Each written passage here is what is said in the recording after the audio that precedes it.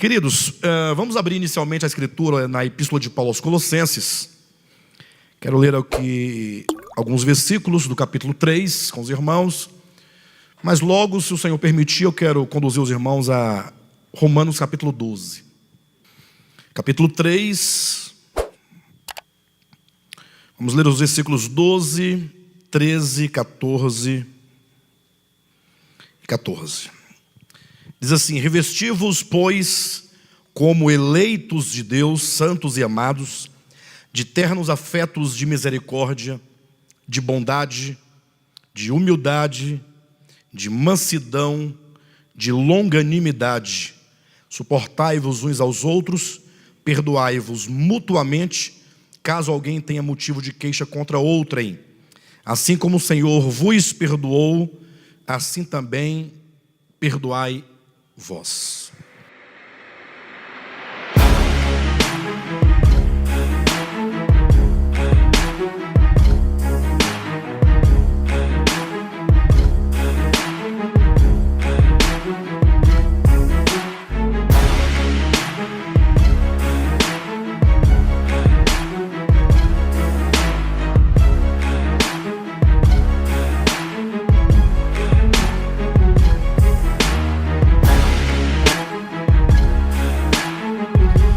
Quando eu leio esta porção e outras similares a esta, que se encontra em todo o Novo Testamento, Sermão da Montanha, Mateus 5 a 7, esse texto de Paulo aos Colossenses, Romanos capítulo 12, Efésios capítulo 4, são vários textos que trazem a mesma tônica, o mesmo sentido, porque todas elas, num primeiro momento, numa leitura um pouco superficial, parece que seriam meros mandamentos a serem seguidos, a serem cumpridos. Quando acontece de o cristão, o leitor, o estudante da Escritura, toma a Bíblia e toma esses textos, como lemos agora, imagine só: revesti-vos de ternos afetos de misericórdia, de bondade, de humildade, de mansidão, de longanimidade. Olha, suportai-vos uns aos outros, perdoai-vos mutuamente, caso alguém tenha motivo de queixa contra outrem. Acima de tudo, porém, esteja o amor, que é o vínculo da perfeição. Quando se lê coisas parecidas com essa, o cristão, num primeiro momento, e entende isto como meros mandamentos, ocorre que agora ele sai à procura de uma vida adequada nesse sentido.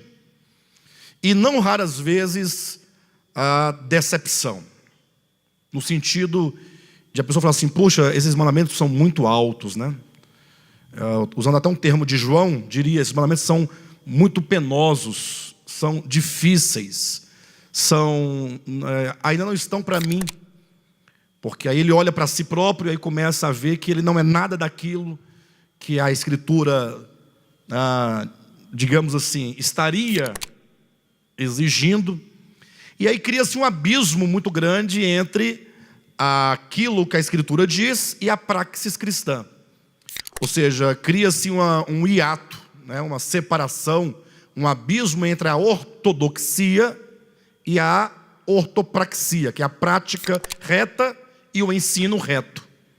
De sorte que, pelas minhas observações, e há bastante tempo eu tenho observado isso, tenho buscado compreender isso, o fato é que a maioria dos cristãos vivem esse dilema. Um dilema de, embora saiba de toda a profundidade do que se pede de uma nova criatura, de um novo homem, mas não há o alcance efetivo. Alguns até tentam, eventualmente, conseguem ficar ali um dia, 2 dias. Alguns entendem que precisam estar constantemente naquele sistema de oração, de consagração, um policiamento muito grande, porque no momento em que ele se esquece um pouquinho, ele cai naquilo que de fato ele é. E tudo isso prova uma coisa, tudo isso prova uma tese, que eu tenho trazido há bastante tempo e quero lembrar os irmãos. A tese de que, a despeito de o Evangelho de Deus ser o poder de Deus para a salvação de todo aquele que crê, isso é um fato. Eu não duvido absolutamente desta verdade que está em Romanos capítulo 1, versículo 17, 16, mas ocorre que os cristãos, na sua maioria, talvez não por culpa sua, né? Muito mais por culpa do nosso aprendizado ao longo da nossa experiência cristã. Nós fomos doutrinados de uma maneira. Se essa doutrinação ela foi equivocada, ocorre que um entendimento equivocado nos levará a uma prática cristã equivocada. Não é? Então, eu diria que o cristão certamente tem a sua responsabilidade, mas o fato é que a herança teológica que nós recebemos tem muito maior responsabilidade, no sentido de sermos, na maioria das vezes, cristãos meramente nominais. O cristão nominal é aquele que ele leva o nome de cristão, mas organicamente ele não é ainda. Ou seja, ele um dia aceitou Jesus, ele passou pelo batismo, como diz dentro do sistema religioso, ele começou a participar, como dizem, né, da ceia do Senhor, como costumam dizer, nós chamamos de partir do pão, e daí a pessoa passou a cumprir alguns regulamentos na igreja da qual ele participava, aquele sistema de doutrina, geralmente de usos e costumes, de liturgias, de práticas religiosas. Daí ele ficou muito bem adequado a esse sistema religioso, mas ele não assimilou o espírito do evangelho. Isso é uma acusação, ou que seja uma denúncia muito grave. Não é sério. Ou melhor, é sério o que estamos dizendo. Não é brincadeira isso. Eu acredito que um cristão honesto, sincero consigo mesmo, vai poder constatar a sua própria dificuldade. Tem aqueles que não, que falam, esse pastor falando bobagem, eu sou crente há tantos anos e vida de santificação, mas a pessoa talvez não consiga ver, coitada, né? A sua realidade interior, de fato e de verdade.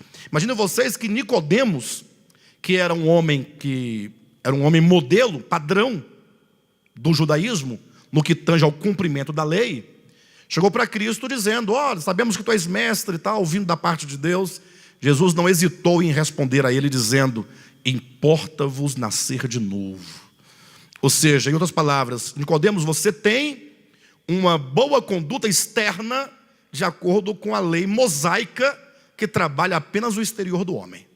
Mas o problema de todos os homens é interno, é de coração, é de espírito, é de consciência. Por isso tem que nascer outra vez, tem que nascer de novo, nascer do alto, nascer de Deus. Nascer agora para uma nova consciência. Mas em razão que Ezequiel fala que Deus daria um novo coração, um novo espírito, né? Uma nova disposição. E, portanto, é preciso que nós insistamos nessa tônica, a necessidade da experiência do novo nascimento, o que implica necessariamente a morte do velho homem. Por isso que hoje eu quero falar para os irmãos algo que eu, pensando propositadamente, eu resolvi denominar a expressão natural do novo homem. Alguém poderia questionar, pastor, mas natural? O novo homem é espiritual, é do céu, não pode ser natural. Talvez até pensando, talvez no que diz lá em 1 Coríntios, né? O homem natural não entende as coisas do espírito e tal. Mas não é nesse sentido que eu estou tomando a palavra natural. Eu estou tomando a palavra natural no sentido da natureza. A expressão natural do novo homem, ela é tão natural quanto a expressão natural do velho homem. Ou seja, o velho homem, ele age, enquanto o velho homem, sem esforço, sem ensinamento, sem policiamento. Ele age com naturalidade. É natural, está de acordo com a natureza dele. Por exemplo, você já viu porventura um cachorro se esforçando para ser um cão? Tem esforço. Não, ele é cachorro, ele nasce, ninguém não vai para nenhuma escola, não vai para nenhuma igreja de cachorro, de cão. E ele sabe ser um cão normal, ele late, porque ele é cachorro, ele gosta de comer ração, osso, porque é da sua natureza. Não é isso mesmo? E, portanto, ele entra no cio, e ele corre atrás dos carros na rua. Enfim, o cachorro é cachorro. E isso acontece com um pássaro. Imagine só um peixe se esforçando para viver dentro da água. E ele orando: Senhor, me ajuda a viver dentro dessa água. Aí com falta de ar, ele fica lá tentando respirar e volta para a água e volta. Não tem luta, é natural. Está de acordo com a natureza daquele peixe, daquela ave. Então, no caso do velho homem, para ele é natural. Mentir para o velho homem é natural. Falar mal dos outros para o velho homem é natural. Normal. Não há esforço, é uma coisa que sai, você nem sente, não é? Semelhantemente, a vida cristã, o novo nascimento, enquanto novo homem, não pode ser diferente. Porque que tudo que é para o mal é muito natural para nós, e quando se trata das coisas divinas é tudo muito difícil, é tudo quase que impossível, e tem que viver um policiamento 24 horas para ver se você consegue fazer alguma coisa parecida com a vida cristã. Não estaria correto isso.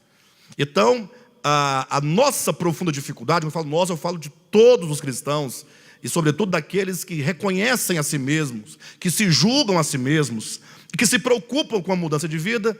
Certamente o testemunho de cada um desses vai ser sempre o mesmo, dessa profunda dificuldade. Não quero dizer que todos, 100% têm a mesma dificuldade, porque pode haver aqueles que, por uma razão que nós desconhecemos, tenha conseguido experimentar uma vida orgânica em Cristo. Mas, no geral, o que eu ouço dos cristãos é sempre a mesma coisa, não é? Basta você olhar para a dificuldade da igreja de reagir diante de coisas tão básicas, coisas tão simples, não é? O congregar se torna tão difícil para as pessoas, e deveria ser uma coisa tão natural, porque o que é o se reunir com a igreja? Por que nós gostamos tanto de nos reunir para tantas coisas seculares, terrenas, mas se trata de reunião de igreja é tão difícil? Por que uma reunião de churrasco com os amigos dura o dia todo e parece que passou tão rápido, e uma reunião de 2 horas é tão demorada, tão chata, e o local de reuniões é tão longe, né? E qualquer nuvenzinha que aparece já é motivo de nos fazer desistir de ir? Você entende que há uma dificuldade? E nós temos vencido, mas vencido com luta, com esforço, determinação. Mas isso pode melhorar muito mais. Nós levarmos uma vida cristã tão natural, ter uma expressão de Cristo tão natural, que seria como respirar. Você já observou que hoje você não observou que você está respirando? É natural, respiração, a não ser se você sofre de asma, ou de alguma outra coisa nesse sentido. Aí você fica procurando o ar, aí quem procura o ar sabe que o ar, mas se não tiver esse problema, é tão natural respirar que nós nem percebemos que estamos respirando. Se ninguém falar sobre a respiração, você nem se atenta para o fato de que ela está sempre aí. O ar está sempre aí. Então é preciso nós entendermos a vida cristã do princípio do novo nascimento. Novo nascimento não é algo que acontece no sentido, digamos, de uma ação miraculosa, divina, num momento específico, estanque da sua experiência, como se prega comumente. O que as pessoas falam? Hoje mesmo ouvi alguém dizendo assim: olha, está em Romanos que se nós invocarmos o nome do Senhor, seremos salvos. Então diga: ó Senhor Jesus. Aí, ó Senhor Jesus. Pronto, foi salvo. Agora é só, não é? Mas talvez isso seja o fato de se ter feito uma leitura muito superficial da Escritura e não ter entendido que novo nascimento é uma questão que se constitui. Mas porque o novo nascimento, vão dizer, é o Espírito Santo que vem e entra, e agora ele passou a habitar a pessoa. Antes não estava. Então, antes de o Espírito Santo vir, você não era filho de Deus. Agora que o Espírito Santo veio e entrou, você é filho de Deus. Mesmo que você não dê a mínima atenção para ele dentro de você, no sentido de não andar no Espírito, você nasceu de novo. Nova criatura é. Tudo certo. Ainda que você não tenha a expressão do novo nascimento, ainda que você não tenha as características do novo nascimento, ainda que você não manifeste a natureza do Pai Celestial. É assim que a teologia sistemática entende. Novo nascimento é quando o Espírito Santo vem de fora para dentro habitar o homem, ainda que a sua vida não mude nada. Eles vão dizer, o fato de ele estar em você já mudou tudo, embora você não experimente nada, porque isso vai depender de você querer ou não depender dele. Mas isso me soa um pouco estranho, eu considero. E tem que soar estranho em você também. Primeiro porque o Espírito Santo não pode vir de lugar algum para habitar em mim, porque isso já implicaria que ele não é onipresente. Não é verdade? Quem é que sai de um lugar, se desloca para um outro lugar onde outrora não estava, é quem está preso no tempo e no espaço. Questão de distância e de tempo é questão da física. Não é isso mesmo ou não? Pastor, mas a Bíblia diz, eu enviarei o Espírito Santo veio do céu e pousou na cabeça das pessoas que estavam ali, não é isso? Sim, você vai encontrar essa linguagem em toda a Bíblia. Um texto que eu costumo usar, para vocês entenderem um pouco, seria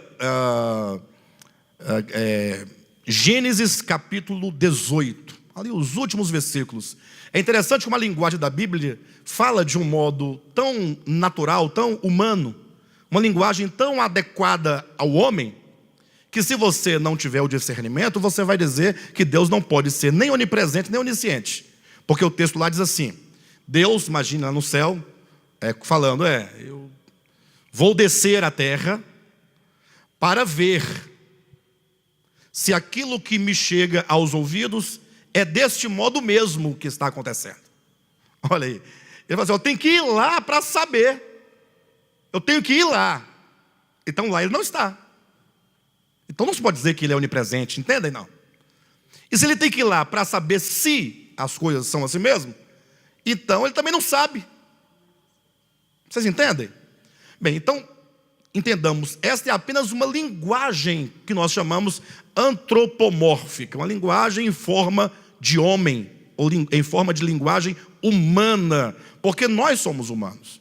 Mas não podemos ler a Bíblia prescindindo dos atributos essenciais e incomunicáveis da divindade, que é sobretudo a onipresença, onisciência e onipotência.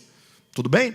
Bem, por todos os efeitos, então, o que mais soa estranho é o fato de alguém declarar que nasceu de novo e a sua vida manifesta o velho homem e nega a expressão do novo homem. Chega a ser estranho.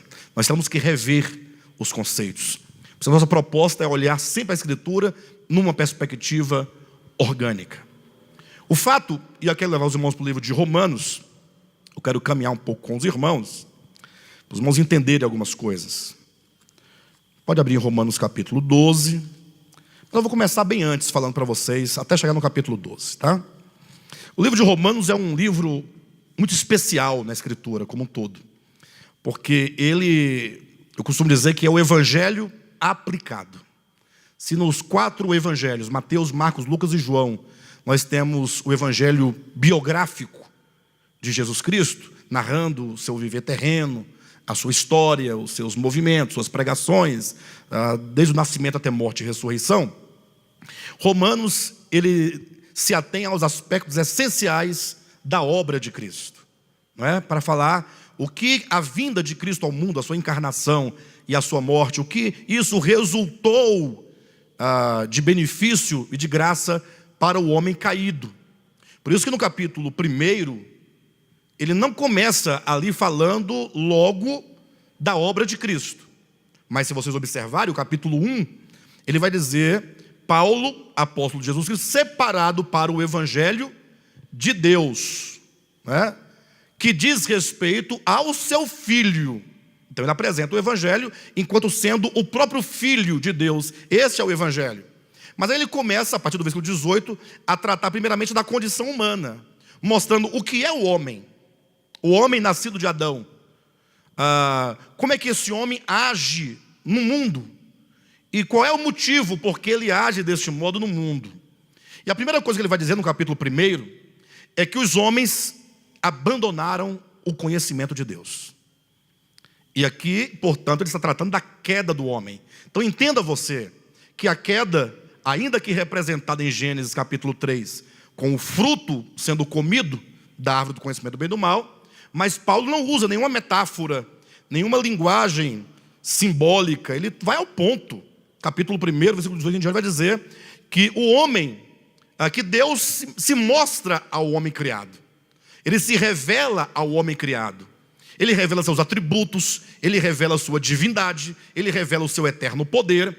Porém, a despeito de um homem ter diante dos seus olhos esta revelação, o que deveria levar o homem, essa revelação deveria levá-lo ao reconhecimento de Deus, que Ele é o Criador, que Ele é o gerador de todas as coisas, que tudo procede dEle, e eu posso encontrar os atributos da divindade na criação, e assim eu posso agora amá-lo, eu poderei servi-lo. A despeito desse conhecimento, dessa revelação, o homem virou as costas para Deus. Leia comigo para vocês terem uma ideia, e para entender qual é o problema do coração do homem. Temos que entender isto, o problema. Nunca nós vamos resolver o nosso problema se nós não conhecermos o problema. Seria mais ou menos assim: Jesus veio e os fariseus falavam que não precisavam do evangelho, nem de Cristo. Aí Jesus falou o que para eles? Eu vim para os doentes. Os sãos não precisam de médico. Agora eu pergunto, os fariseus eram sãos? Eram saudáveis? Ora, mas eles não viam a sua enfermidade. Então Jesus diz, os sãos, vocês acham que não são doentes, tá bom. Então eu vim para o doente. Então o doente tem que reconhecer a sua enfermidade, tem que conhecer a sua enfermidade, para tomar o antídoto, né, o remédio contra a queda. Então veja só, capítulo 1, rapidamente, 19. Porquanto o que de Deus se pode conhecer é manifestado entre eles, porque Deus lhes manifestou. Porque os atributos invisíveis de Deus, assim o seu eterno poder, como também a sua própria divindade, claramente se reconhecem desde o princípio do mundo, sendo percebidos por meio das coisas que foram criadas. Tais homens são por isso indesculpáveis. Aí o 21, porquanto, olha a descrição do que é efetivamente a queda do homem. Tendo o conhecimento de Deus, não o glorificaram como Deus, não lhe deram graças. Então é a negação dessa fonte bendita e eterna, que é o Todo-Poderoso. É o homem falar não ao Criador. Por quê? Porque este homem, quando diz não ao Criador, essa é a síndrome de Lúcifer, é o orgulho que se instaura por se considerar maior do que toda a criação, porque o homem de toda a criação, ele é o maior. E Lúcifer, na escala dos anjos, era o maior. Então, por se achar melhor, porque tem outros abaixo de si, acha que agora é suficiente. Então ele não glorifica, ele não rende graças, não dá a glória devida. Dar glória a Deus não é dizer glória a Deus no culto, não tem nada a ver com isso. Pode até ser que seja, eventualmente alguém pode falar glória a Deus no coração correto, naquele sentido. Amém, é válido, né? Mas o dar glória a Deus nem sempre implica você proferir essas palavras. Porque o glorificar a Deus, o render-lhe graça, fala de um profundo reconhecimento dele enquanto a fonte de todas as coisas. É poder declarar, nele nós vivemos, nele existimos, nele nos movemos. Imagine que sem ele, portanto, não há vida. Não há existência. Poxa, se eu, de alguma maneira, me alegro porque eu estou aqui vivo, eu só posso me alegrar nele, porque ele é a causa. Nada que eu tenha, que eu não tenha recebido, e que não seja ele próprio enquanto tudo em nós, ou tudo para mim, ou tudo para você. Então, esse homem não reconhece. Aí veja então o contrário, já que ele não dá graças, nem rende glória, não dá glória nem rende graças, o oposto disso é, antes se tornaram nulos, onde? Em seus próprios raciocínios. Olha onde acontece a coisa. O homem se tornou nulo Ele se tornou uma coisa banal, sem nenhum valor no seu raciocínio, obscurecendo-lhes o coração insensato. Então o coração tornou-se tolo. O problema é que o homem agora tem um coração insensato, tolo. Esse homem tem um coração nulo. Portanto, ele tem um coração caído. Aí diz o texto, inculcando-se por sábios, ou seja, inculcando-se, por exemplo, ele acreditando, pensando de si mesmo mais do que convém, ao invés de falar assim, puxa, a sabedoria que nós temos, e nós temos razão, inclusive, vem da razão suprema, que é o Cristo de Deus, o Logos. Mas não, ele inculcou-se por sábio, achava que agora estava podendo, tornaram-se loucos. E a partir daí, portanto, porque ele nega o que é devido ao eterno, e agora ele confere por usurpação e ignorância a si aquilo que ele não é, daí para frente todo o seu caminho é um caminho de degradação. Tudo o que ele fará daí para frente estará nessa base e levará consigo essa marca do pecado. Isso aqui, inclusive, de Romanos capítulo 1, vai mais longe porque é dito que Deus os entregou. Ou seja, Deus permite que a criatura que Ele fez, dotada de livre-arbítrio, possa tomar esses caminhos. Deus permite, porque Deus poderia impedir. Como o pai do filho pródigo poderia dar uma pisa bem dada nele, amarrar ele, né, chamar um médico para colocar um remédio na veia para ele dormir, chamar um psiquiatra, um psicólogo, né, para ele não sair de casa, colocar os guardas na fazenda, colocar alguém vigiando ele constantemente. Mas não, deixa ir. Deus é muito sábio e o seu amor não tem medo de perder os seus filhos. Não que ele não tenha medo de perder, mas é porque ele tem a consciência de que o seu amor, por fim, trará o seu filho de volta. Ele confia no seu amor. Bem, daí então vocês percebem que o problema do homem está nisso. A queda gera uma inimizade. Querem ver uma coisa? Vamos lá para o livro de Colossenses, capítulo 1, vocês verem que há uma inimizade. Capítulo 1 de Colossenses, versículo 21. Olha que coisa linda. E a vós outros também que outrora, vai falar da nossa condição antes da nossa conversão, éreis estranhos. Éreis estranhos. Aí, em que sentido nós éramos estranhos? Nós éramos estranhos porque nós deixamos a casa do Pai, nos tornamos estrangeiros, nos tornamos um forasteiro, um deserdeiro, um desertor, né? Nos tornamos estranhos àquilo que Deus é, nos tornamos estranhos à nossa própria natureza, porque fomos criados à imagem de Deus. E vós outrora que eres estranhos e inimigos no entendimento pelas vossas obras malignas.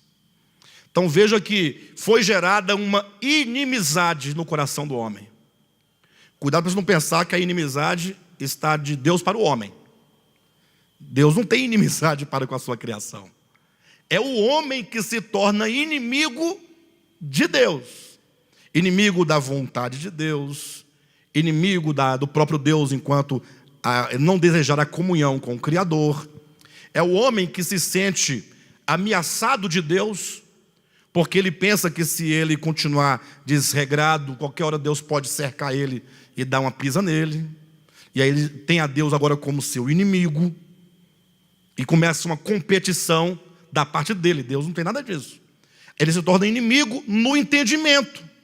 Então eu quero que vocês entendam que toda a constituição do velho homem, e portanto toda a expressão natural do velho homem, existe em razão da mente e do coração dele, que tendo se afastado de Deus, negado a paternidade divina, negado a Deus como fonte de todas as coisas. O homem agora, achando que era sábio, que era poderoso, que podia tudo de si mesmo, se tornou insensato no coração, obscurecido de entendimento, começou a levar uma vida na base do orgulho, do ego, e agora todas as suas obras são más. Então, o Evangelho propõe duas coisas. Primeiro, que este homem ele precisa ser reconciliado com Deus. Ou seja, ele tem que voltar a Deus. Ele tem que fazer as pazes com Deus. Ele precisa reconhecer a sua condição e voltar a Deus. Para isso, não existe reconciliação sem arrependimento.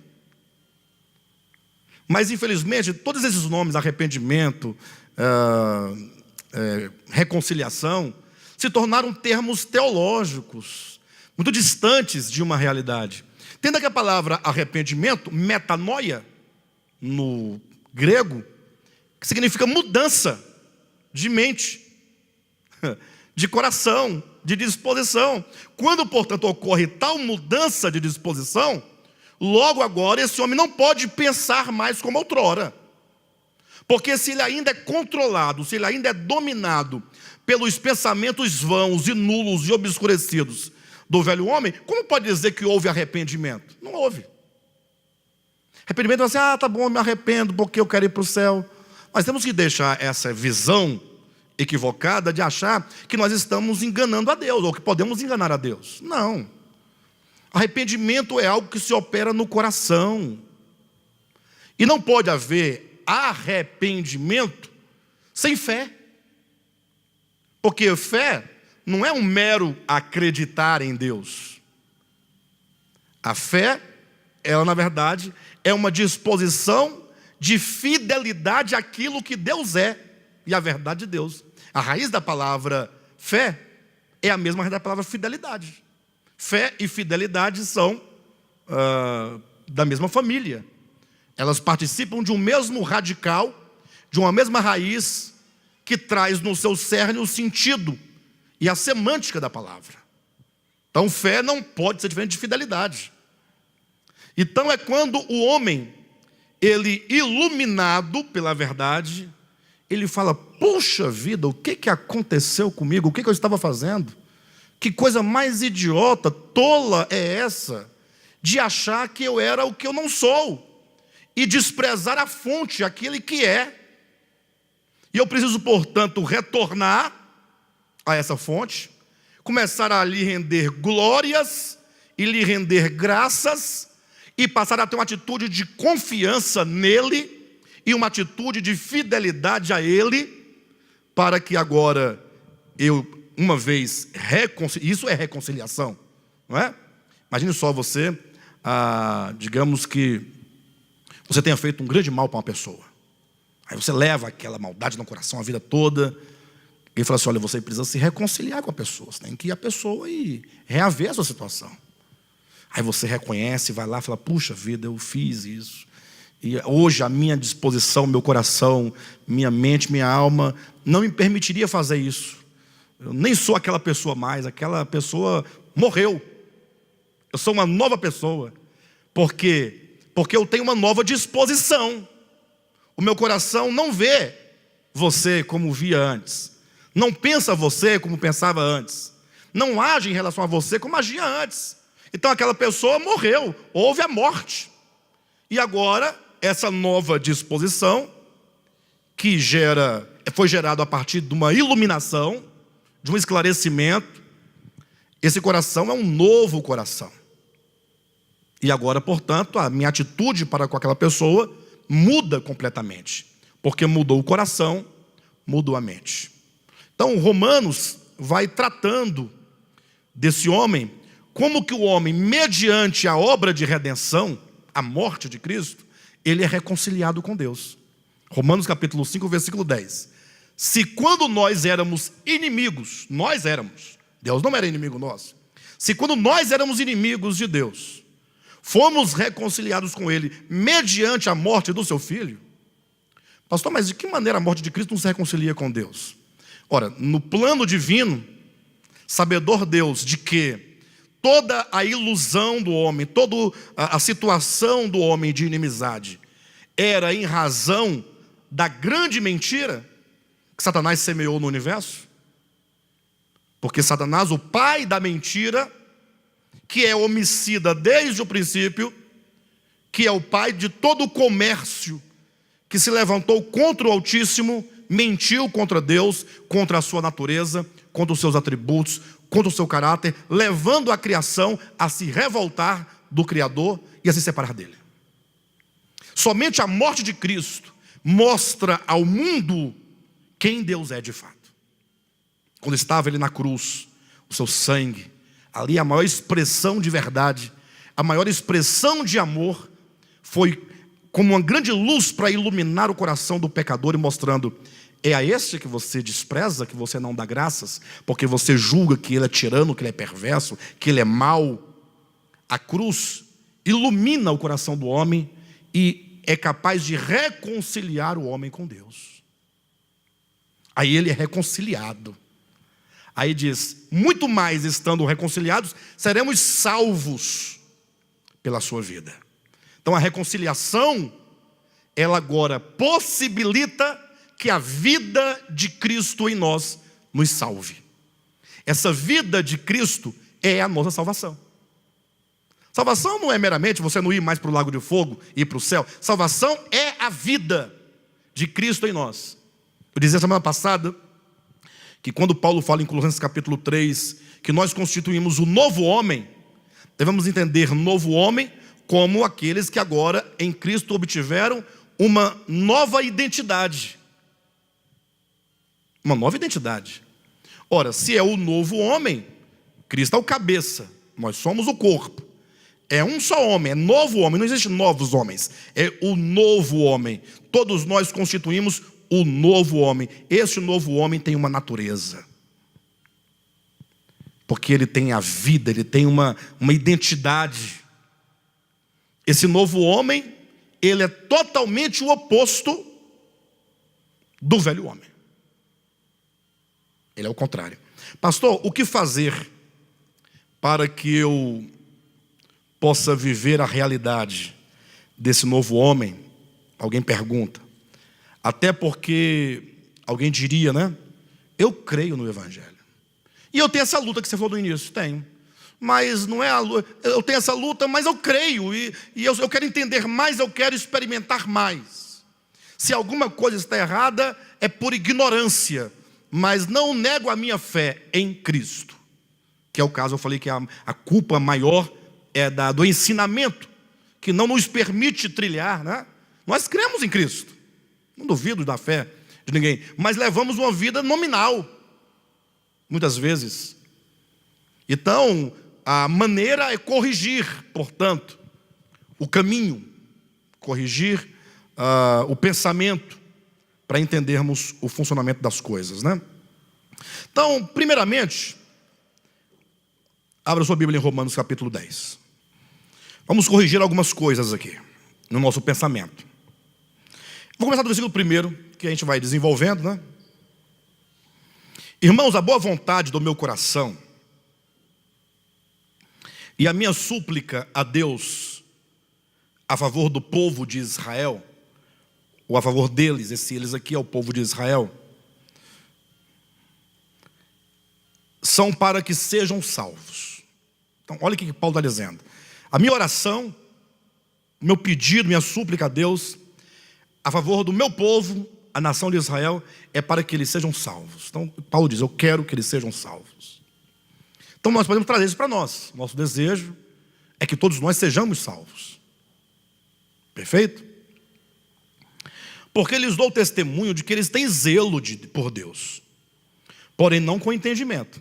Veja, eles tinham o zelo, tinha a religião, os princípios, os segmentos, tinha tudo. Ninguém podia duvidar, talvez, da sinceridade de um judeu, mas sem entendimento. Você vê que tinha que corrigir o pensamento deles. Eles não estavam claros com respeito a como compreender a Deus e servir a Deus e viver para Deus. Versículo 3. porquanto, e aí aponta o primeiro problema dos judeus, desconhecendo a justiça de Deus e procurando estabelecer a sua própria, não se sujeitaram a que vem de Deus, porque o fim da lei é Cristo para a justiça de todo aquele que crê. Então, a primeira coisa é que eles queriam estabelecer a sua própria justiça mediante a prática da lei. É o homem, que a despeito de ser judeu ou não, ele fala, não, eu preciso apenas de ter um bom comportamento, de seguir as leis, as regras, a moral, tudo certinho e tudo estará bem. Ignorando a obra de redenção de Cristo Jesus, que é a manifestação da justiça de Deus. Ou seja, é o homem que continua a ignorar a Deus, querendo ser por ele próprio, de si só, como um fruto do egoísmo, ter a sua própria justiça, sem Deus. Mas vamos continuar para ele esclarecer melhor. Versículo 5, ora, Moisés escreveu que o homem que praticar a justiça decorrente da lei, viverá por ela. Mas a justiça decorrente da fé, assim diz. Está falando da justiça que vem da lei, da justiça que vem da fé. Em outras palavras, se você quiser viver pela justiça da lei, viva. Se você for capaz de ser um homem justo, e o problema é que o homem não pode ser justo sem a fé e sem Cristo. Ah, pastor, aí você complicou, porque como é que é esse negócio? É porque o conceito de justiça, para nós também tem que ser um pouco corrigido, porque a palavra justiça tem a mesma raiz, o mesmo entendimento de ajustamento, de justificar. Justificar é você alinhar o seu coração e a sua mente com a regra principal. Ou seja, se nós nascemos de Deus, se somos filhos de Deus, no sentido de que Deus nos criou com a sua própria natureza, imagem e semelhança de Deus, com o afastamento do homem de Deus, ele passou a viver fora dessa lei de vida no homem, fora dessa natureza. O homem foi criado e é a imagem e semelhança de Deus, mas em razão da sua ignorância, da ilusão e das trevas, ele vive totalmente fora desse eixo da natureza de Deus em nós. Ser justificado é ser trazido de volta, alinhado a esse eixo dessa vida. Viver por meio desta natureza, em pleno reconhecimento que somos feitos à imagem e semelhança de Deus. Quando o homem procura estabelecer a sua própria justiça, ele jamais vai se reconciliar com Deus, que ele quer a justiça própria. Ele não reconhece nenhuma inimizade da parte dele para com Deus. Então, ele sendo inimigo de Deus, logo ele se torna inimigo de todos os homens. Ou não? Como assim? Os homens entram numa disputa constante de todas as coisas. O ego vive a lutar um contra o outro. Os egos, né? Como eu falei aqui uma ocasião, a guerra dos egos. Tiago fala que os homens vivem a se morderem uns aos outros e a brigar uns com os outros em razão dos prazeres que militam na sua carne. Então, o homem, ele vive uma luta constante uns com os outros e uma inimizade também contra a própria criação. O homem é inimigo de Deus, inimigo uns dos outros, inimigo do cosmos. Por isso que ele destrói o planeta onde ele vive. O homem está totalmente desajustado de tudo, porque ele quer instaurar um reino para ele. É o princípio de Satanás, né? Eu subirei acima das estrelas dos céus, exaltarei o meu trono e serei semelhante ao Altíssimo. Pronto. Ele quer ser o que ele não é. Ele quer estar acima de tudo e de todos, isolado de tudo e separado de todos, inclusive de Deus. Esse ser não pode ter uma justiça. Não pode. Porque ele não está alinhado. Essa justiça só ocorre efetivamente, essa justificação, se ele se alinhar nesses princípios basilares da sua própria natureza. Aí ele se ajusta com Deus, consequentemente se ajusta com o seu próximo. Quando o homem estabelece uma justiça própria, justiça de lei, essa justiça ela é enganosa. Ela dá uma falsa impressão de que o homem é justo sem que ele seja de fato. Vocês entendem, não? Por isso que o homem precisa desta justiça divina, que é esse alinhamento da mente, do coração, da alma, com Deus e consequentemente com o próximo e com toda a criação, participando da grande obra, que a reconciliação de Deus no seu Filho é para com os céus, a terra, os homens e todas as coisas. Está em Colossenses capítulo 1, versículo 21. Então é dito, versículo 6, mas a justiça decorrente da fé diz, ela nos ensina, olha, não perguntes em teu coração quem subirá ao céu, isto é, para trazer do alto a Cristo, ou quem descerá ao abismo, isto é, para levantar Cristo dentre os mortos. Ou seja, essa justiça não procura, por meios próprios, fazer aquilo que é do próprio Deus realizar. Ele vai partir de uma confiança de que Deus fará nele aquilo que deve ser realizado. Mas não é uma fé vazia. É uma confiança de que Deus fará. Portanto, você deposita toda a sua confiança nele. E quando se deposita toda a confiança em alguém, você não hesita segui-lo. Você não questiona a vontade dele. Porque você confia. Você se entrega. Na verdade, o homem é muito desconfiado de Deus ainda. No sentido de que o homem não vai, raras vezes, ele pensa saber mais do que Deus. Ele julga, na sua ignorância, como louco, ser mais sábio do que Deus. Quando? Olha, quando o homem decide, determina que vai resolver todos os seus problemas à sua própria maneira. Qual é a maneira de Deus? Eu vou mostrar daqui a pouco no capítulo 12. Vamos correr para a gente chegar lá. Você vai conhecer a vontade de Deus. Aí você vai abraçar essa vontade de Deus. Vai tomá-la como a expressão natural do novo homem. Você vai tomar para si, vai colocar no seu coração. E você vai formatar sua mente. E vai formatar o seu coração. Você vai dar um boot.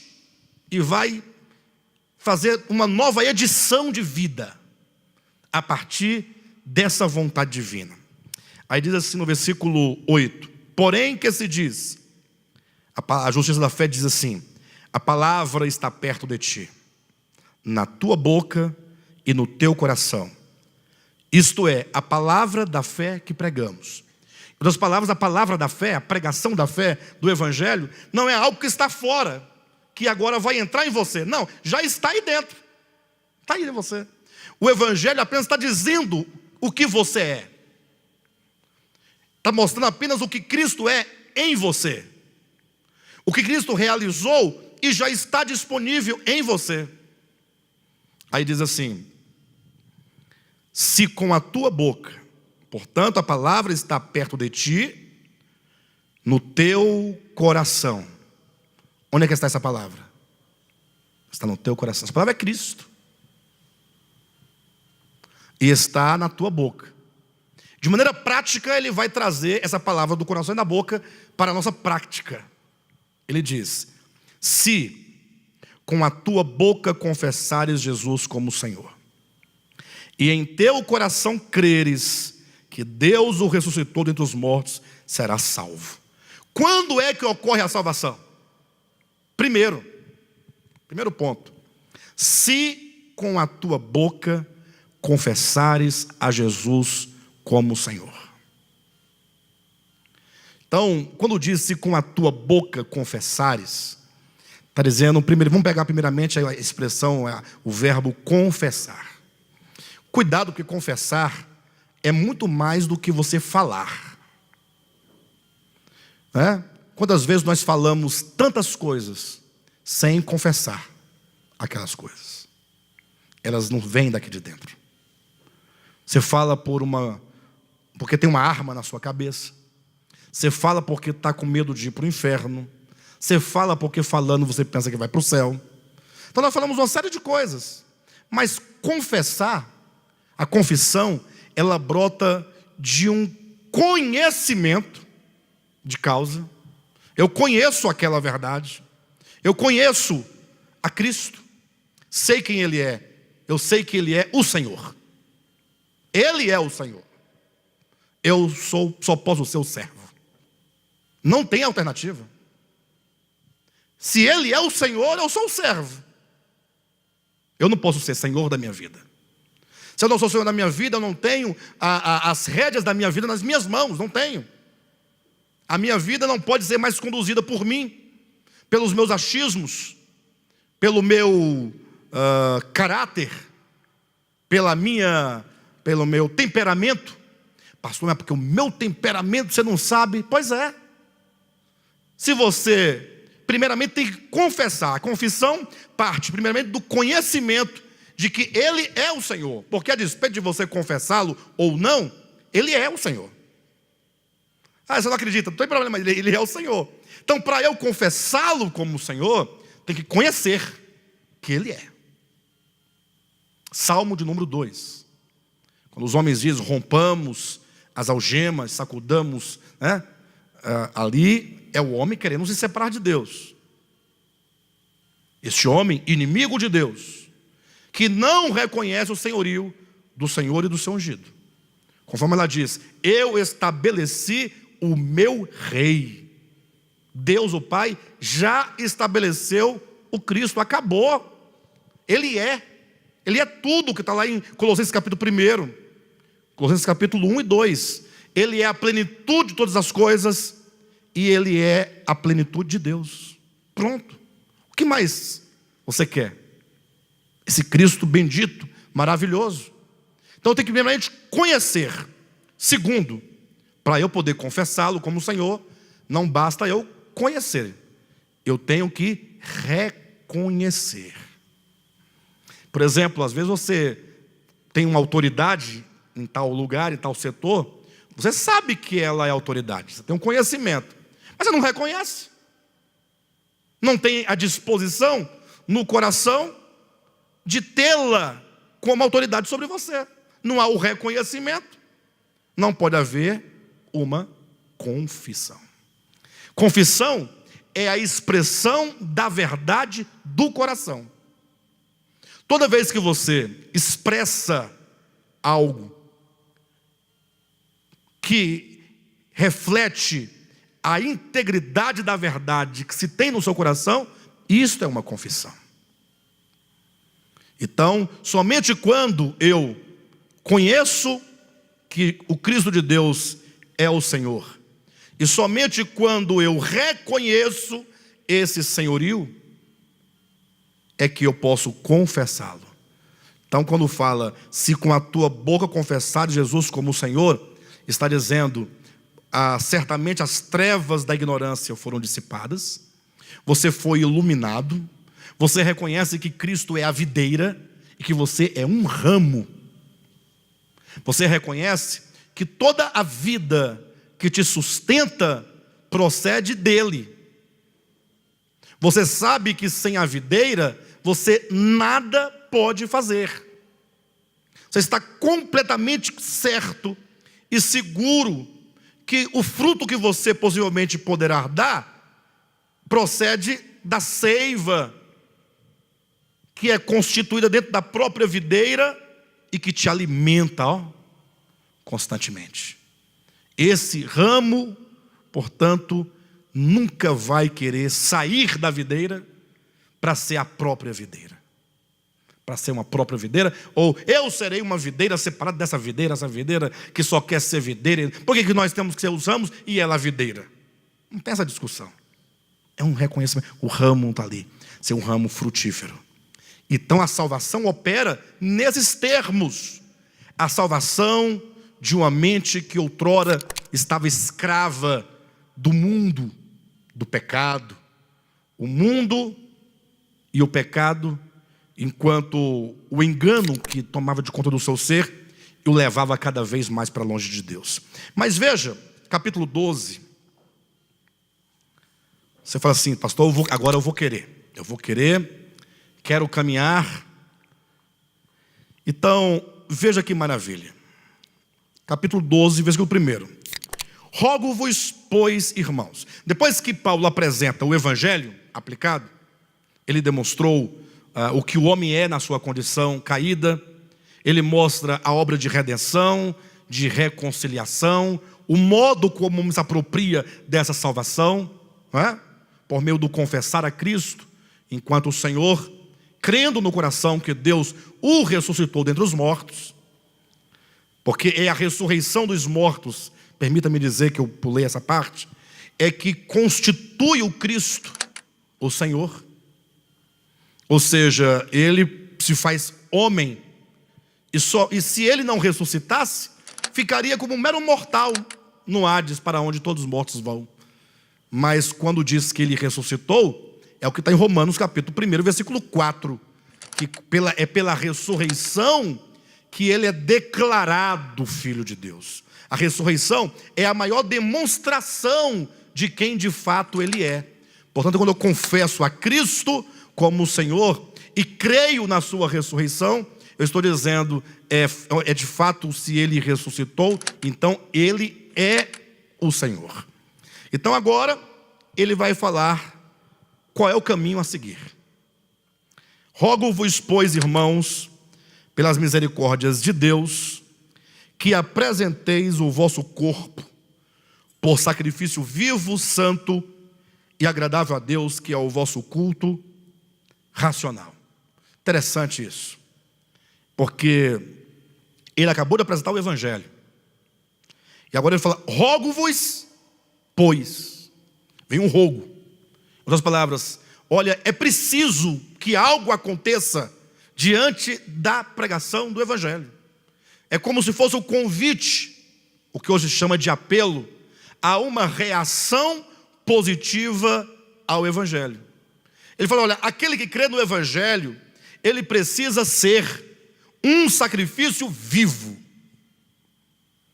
Muitos falam, poderia até morrer pelo Senhor, né? Quando lê o livro lá, a história dos mártires, não sei se já leram, fala sobre os mártires da história, cada história tremenda, cada morte que comove, né? Mesmo quando Inácio, por exemplo, ele de Antioquia, ele estava já para entrar na arena, mas seria devorado pelos leões. Ele estava na companhia de alguns amigos, irmãos, ali talvez falando, rapaz, você vai mesmo, tem certeza? Não tem um meio de escapar disso? E aí então, eles lá conversando, e eles tentando dissuadi-lo da ideia, de repente se ouviu o rugido dos leões, e aí eles estremeceram, os amigos, e Inácio de Antioquia falou assim, olha, eu sou o trigo de Deus, que serei moído pelos dentes dos leões, para me tornar uma fina massa, ou uma fina flor de farinha, para que seja feito um pão, para alimentar a Deus e os homens. Que coisa mais bonita, né?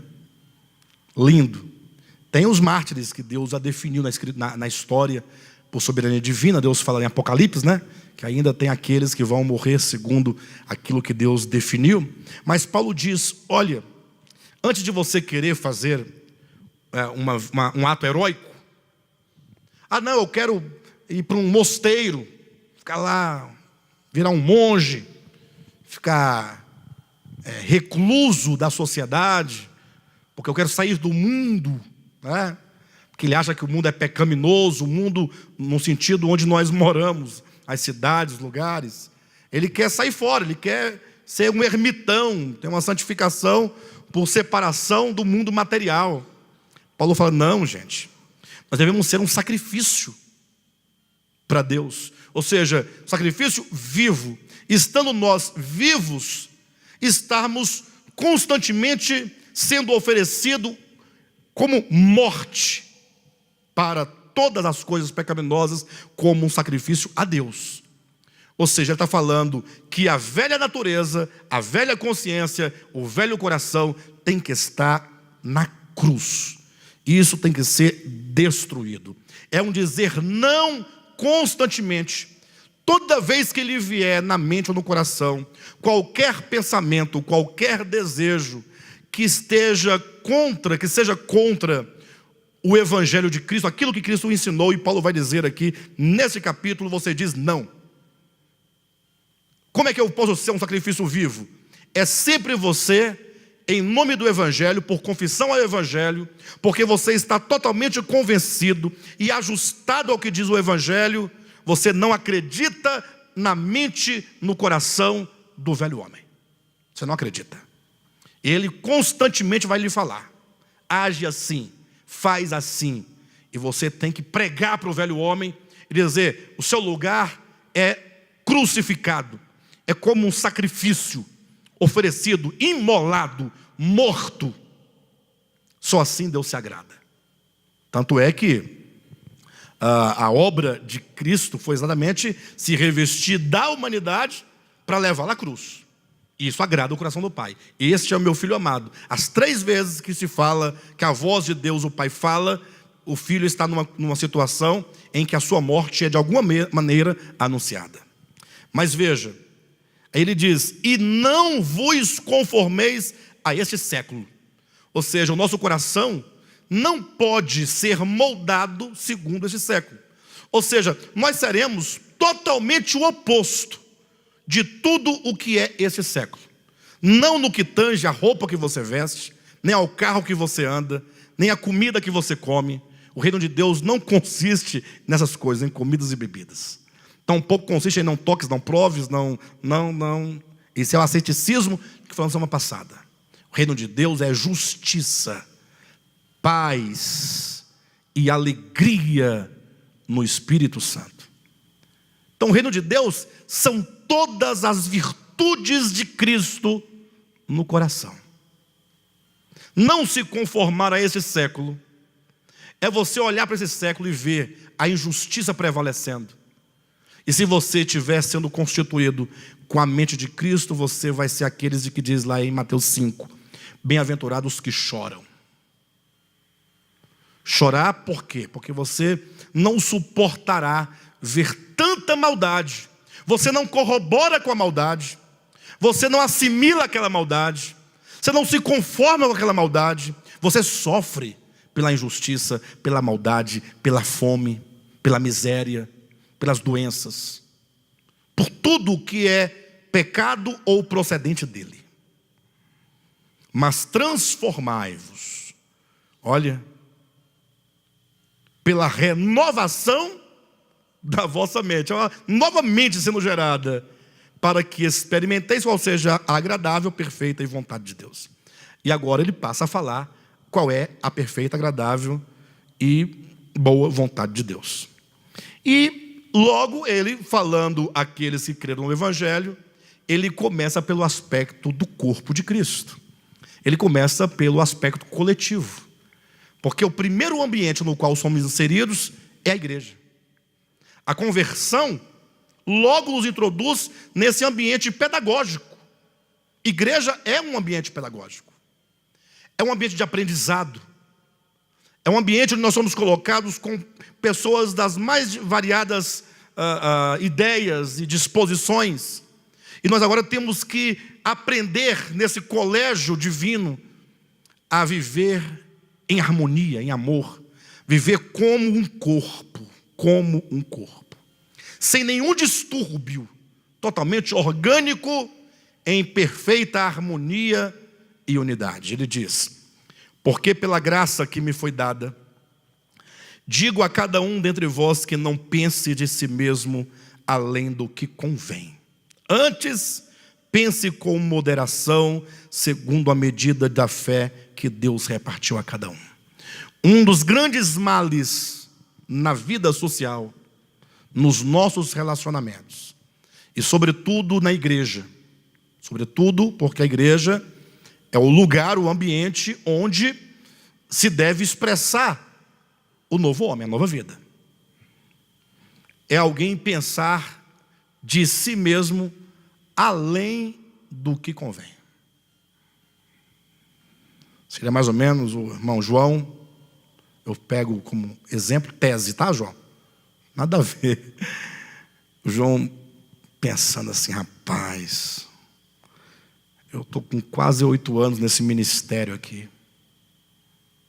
venho às reuniões, de repente aparece lá o Henrique, não tem nem 6 meses, não sabe nem se fica, já deram a câmera para ele poder manusear, já está lá sentado na câmera, lá, filmando.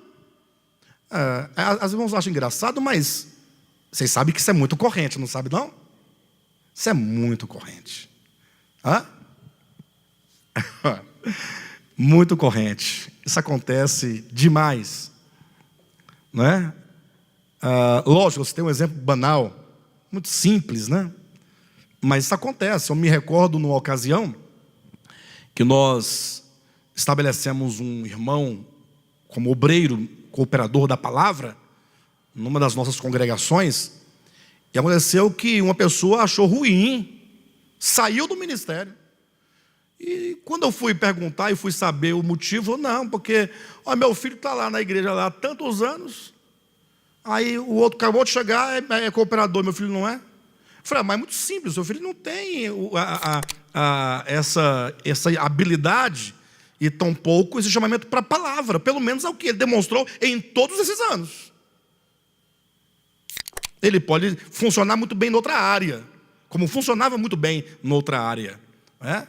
Mas, se você precisa de um cooperador, você tem que buscar alguém que esteja totalmente envolvido com a palavra, e que não somente ame a palavra, que é dever de todos, mas que tenha o desejo ardente de, se envolvendo com a palavra, se tornar um ministro da palavra.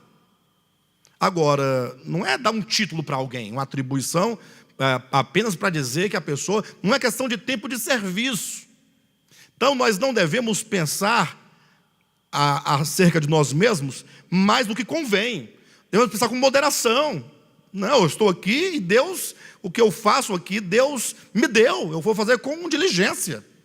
Ele diz mais aqui, versículo 4: porque assim como num corpo temos muitos membros, mas nem todos os membros têm a mesma função, assim também nós, conquanto muitos, somos um só corpo, em Cristo, e membros uns dos outros, tendo, porém, diferentes dons, segundo a graça que nos foi dada. Aí ele passa a discorrer uma série de dons, que foge um pouco das características daqueles outros dons de 1 Coríntios 13, ou 12, né? Aqui, olha como é que ele coloca: se profecia, seja segundo a proporção da fé. Se ministério, dediquemo-nos ao ministério. Ou o que ensina, esmere-se no fazê-lo. Ou o que exorta, faça-o com dedicação. O que contribui, com liberalidade. O que preside, com diligência. Quem exerce misericórdia, com alegria. Ou seja, não pense em você que você, enquanto membro do corpo de Cristo, só é um membro em atividade se você tiver um cargo. Na verdade, a maioria dos cargos em igreja são ofícios. Os dons, eles são orgânicos. Aqui fala, por exemplo, daqueles que presidem, daqueles que estão ali como dirigentes, presidentes. Não entenda não como cargo, mas como ofício. Há pessoas que estão preocupadas com toda a administração desta igreja. Por exemplo, preocupado com o aluguel, com a organização, com os pagamentos das contas da igreja, não é? Ele está presidindo, administrando, para que você e eu não tenhamos essa preocupação. Aqui nesse ministério, graças a Deus, eu não tenho nenhuma preocupação administrativa. Embora eu acompanhe, mas todo o peso está sobre o ombro de outras pessoas. Vocês entendem? Eu me dedico à palavra livremente, ainda que quando as ofertas ficam um pouco difíceis, eu acabo me preocupando, mas o fato é que existem pessoas que falam: pastor, esqueça tudo isso, deixa, a gente cuida aqui, e você vai lá, se dedica à palavra. Nós não queremos nosso pastor preocupado com outra coisa que não seja a palavra, para que o canal, né, do espírito humano esteja desimpedido das preocupações dessas coisas. Vocês entendem? Aquele que preside. Mas aqui também fala, por exemplo, aquele que exerce misericórdia. Está falando de corpo de Cristo e membro do corpo de Cristo.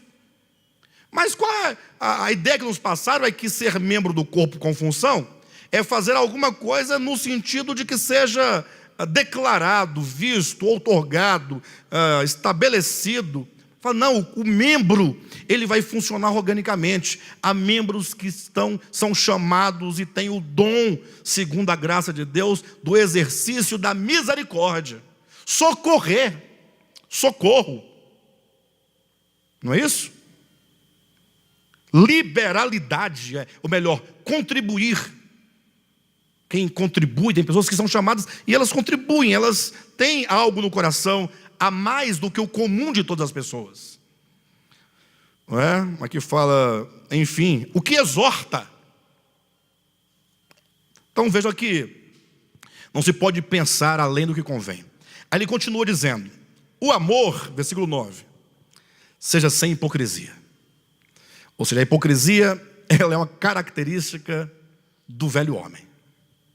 Hipocrisia é o fingimento. Você finge ser uma coisa que não é. Uma coisa enganosa. Uma farsa. Detestai o mal. Ó. Quando você vir o mal, você fala, não dá, para mim não dá. É maldade. O problema, eu já observei isso na igreja muito. Na igreja que eu falo, na minha vida de igreja, eu vi muito isso. Quantas pessoas fazem maldade em nome da santidade? Já vi inúmeras vezes. Inúmeras. Só praticam a maldade contra o outro, dizendo, não, nós temos que preservar a igreja. Você está destruindo um membro, dizendo que isso é em nome do todo. Como destruindo o membro? Detestai o mal. Veja, apegando-vos ao bem. Detestar o mal não é quando você vira o mal, você ficar irado e querer combater o mal com guerra, com batalha em nome do evangelho, você sendo mal para combater o mal. Que eu acabei de falar agora, muitas pessoas fazem a maldade em nome do evangelho, em nome da santidade. Mas a maneira de você odiar ou detestar o mal é apegando-se ao bem. É um modo. Então veja que o crente, ele está sendo chamado aqui, não é para você não tocar mais aquela música no seu violão que você aprendeu, não. É para você detestar o mal e apegar-se ao bem. Olha, ele fala, 10, amai-vos cordialmente uns aos outros com amor fraternal, preferindo-vos em honra uns aos outros. Já imaginou? Todo mundo preferindo o outro em honra, dando ao outro a honra.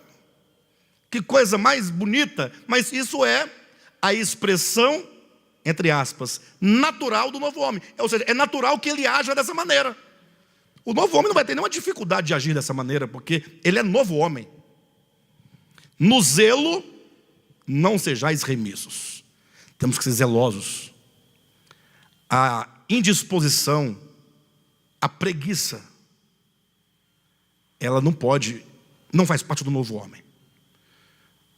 O zelo é tudo aquilo que nós devemos fazer para o bem do corpo de Cristo. A igreja precisa de cada um dos irmãos. Cada um. Há serviços para todos os irmãos. Todos podem servir. Todos podem fazer alguma coisa. Você pode chegar aqui e sentar aí e falar, eu vou ficar aqui intercedendo pelos irmãos, pela reunião, pela palavra. Você já está servindo o corpo de Cristo. Está servindo. Ele sentado, intercedendo, clamando, ao invés de estar conversando fiado, mentindo, inventando história, fofocando. Não, você está aqui, olha, Senhor, que essa reunião seja uma bênção. Senhor, que a Tua palavra alcance o meu coração e do Teu povo. Que a Tua palavra, ela como uma espada possa entrar o coração de todos nós, discernir, separar, fazer a obra. Se você tem um serviço a realizar, que seja com zelo, com capricho, com carinho, não é? Com amor, com dedicação, com empenho, porque se faz ao Senhor. Versículo 11: no zelo não sejais remissos, sede fervorosos de espírito, servindo ao Senhor. 12: regozijai-vos na esperança. Temos que aprender a regozijar na esperança. Nós temos uma esperança, nós não somos perdidos. Nós estamos caminhando daqui para melhor. Estamos caminhando para o reino, manifestação do reino de Cristo Jesus, para a imortalidade. Termos um corpo incorruptível. Estamos caminhando para aquilo que é perfeito, quando não mais veremos por espelho, mas veremos as coisas como de fato elas são. Então nós temos que ter essa alegria da esperança. Às vezes a igreja se reúne, não raras vezes a gente vê os irmãos ali, olhando, desanimado. Ou se não está desanimado, também não está animado. Cada um na sua, esperando para ver se algum palhaço sobe aqui para fazer alguma brincadeira, alguma coisa. Não, nós temos que nos regozijar na esperança. Quando a igreja se reúne é para glorificar a Deus pelas bênçãos da salvação, da vida eterna. E com alegria cantarmos, adorarmos a Deus. Contagiar o outro com a nossa esperança. Ajudá-lo a perceber talvez aquilo que ele não está percebendo. Ou ajudá-lo na sua dificuldade. Não é? Na tribulação, sede pacientes. Então vai ter tribulação, não tem jeito. Mas a paciência, ela faz parte do novo homem. Na oração, perseverantes, constantes. Não é? Constantes nas orações. Não no sentido de você ter momentos regulares de oração, ainda que tenha, é bom, mas no sentido de termos uma vida em constante oração, como Paulo ensina, orai sem cessar.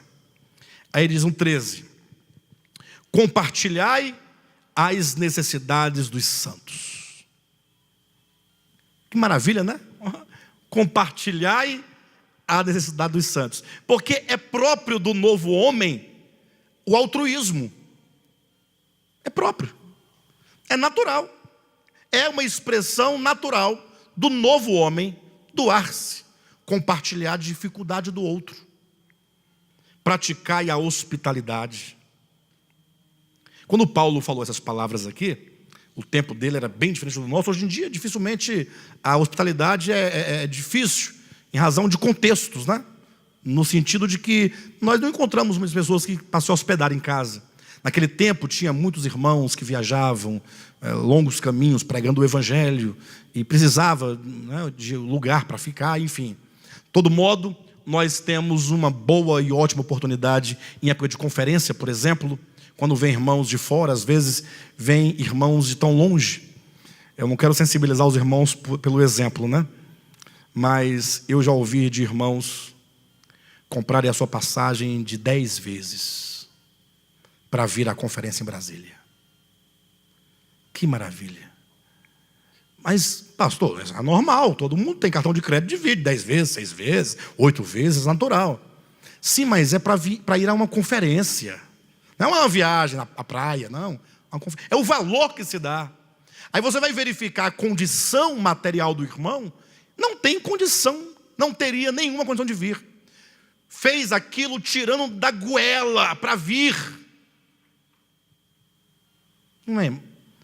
De repente alguém fala, pastor, no dia que tiver um irmão desse, dessa na qualidade que você conhece, até porque jamais eu intercedo por nenhum irmão se eu não tiver plenamente claro da necessidade.